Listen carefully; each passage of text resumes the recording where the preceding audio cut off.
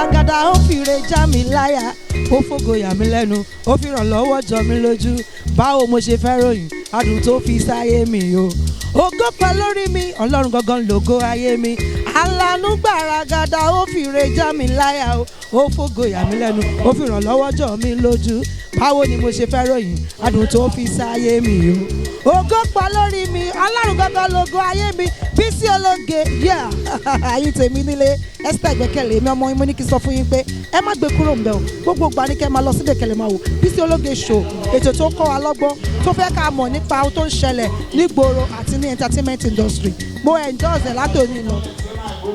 I love you all. I give glory to Almighty Father, my Creator. Today is my day, as you can see. I feel great, I feel happy. I thank my Creator, I thank my God for being there for me, especially on my husband, my children, myself, my life, my business, my family. Glory be to Almighty God. There's nothing I can say again, only to thank Him. Some people are in the mortuary, but I'm alive today. It's by His grace. It's by His power. You know, I can't do it alone without the power of Almighty Jesus, Almighty Father, and my Almighty Eledumare. Anything you like, say. I call my God different name. Eledumare. Ọba tẹ́ra kárí ayé. A lè wí lè ṣe. Ọba tó lè ní. Ọba tó lànà. Ọba tó lọ́jọ́ gbogbo. Ọba tó láyé. Òun ló lọ́run. Ọba tó ń darí afẹ́fẹ́. Ọba tó ń sọ lórí burúkú dolórí ire. Ó ń ṣàgàndán lọ́mọ. Ọba tó lè mú ẹni tí ò ní kankan. A gbé sórí ẹni tó ní nǹkan. Ọba tó mú kúkúrú tó gbé sórí ńlá. Kábíyèsí mo dúpẹ́ lọ́wọ́ ẹ.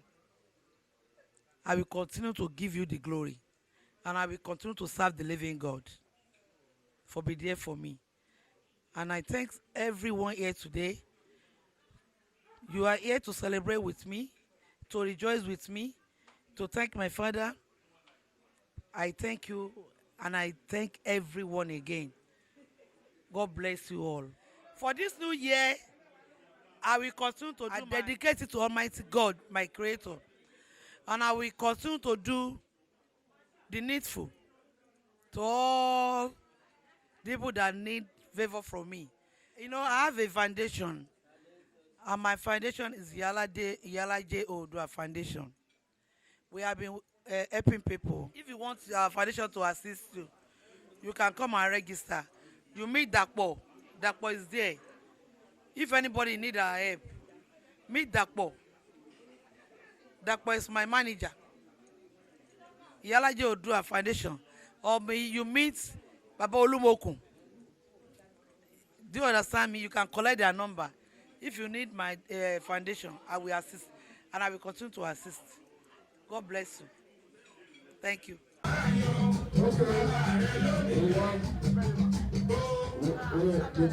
Don't come outside.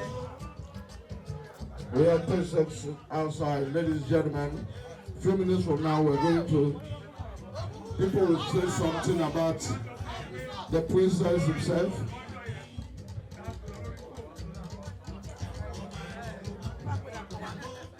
Dapper.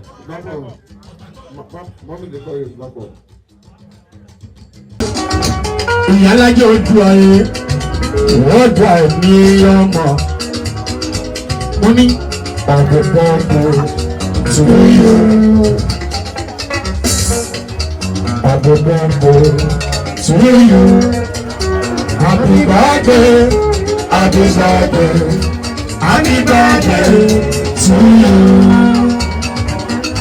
Mommy, nígbà mo yọ̀ sí lọ́rùn, abiyamọ ọ̀run. Nígbà mo ṣọ̀bùn sí lára, abiyamọ ọ̀run. Bàbá mi, onítọ́jú mi, ìwọ ló jẹ́ ìjayé.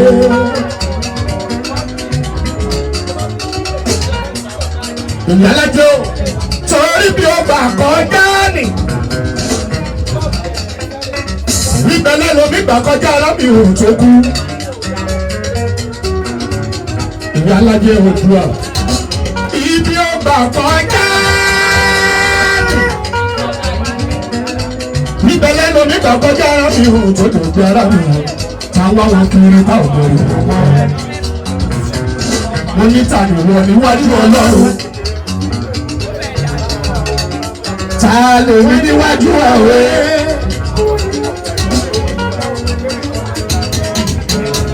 Ìdá tí ó dá wá sí lórí o. Ìyìn ọpẹ́ ló jẹ yọ. Àmọ́ kí ló ṣe mí lọ́wọ́? Àmọ́ kí ni Jésù ọ̀yàn ni? Àbúrò mi tó bá wà tó bá gbọ́ mi èmi dùgbẹ́ ni mo ń torí iye yọmọ. Mi ò gbé òkú ni. Mẹ́mọ̀ pé kó lọ wo. Ìwọ ni ìjẹsọ̀sẹ̀ré onílẹ̀ òbí ọmọ ẹlẹ́ni ẹ̀wẹ̀lẹ̀.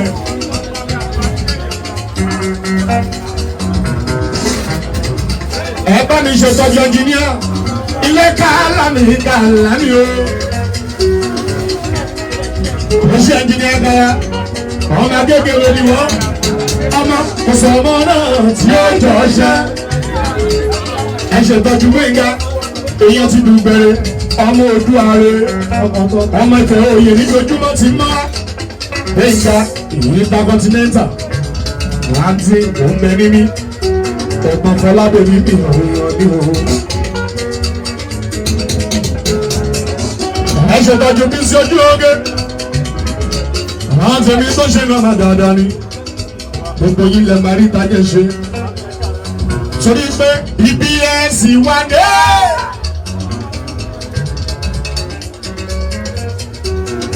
Kò ní mẹ́mọ̀ pọ́nmọ́ rèé bẹ̀rù. Mo yíyan lóko.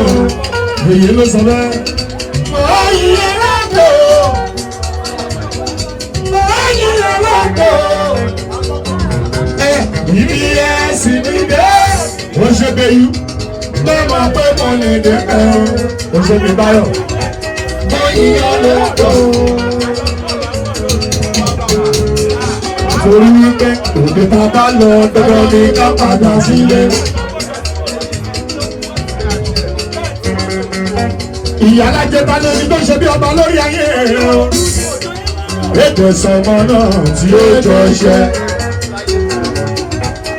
Ẹ bá mi ṣe.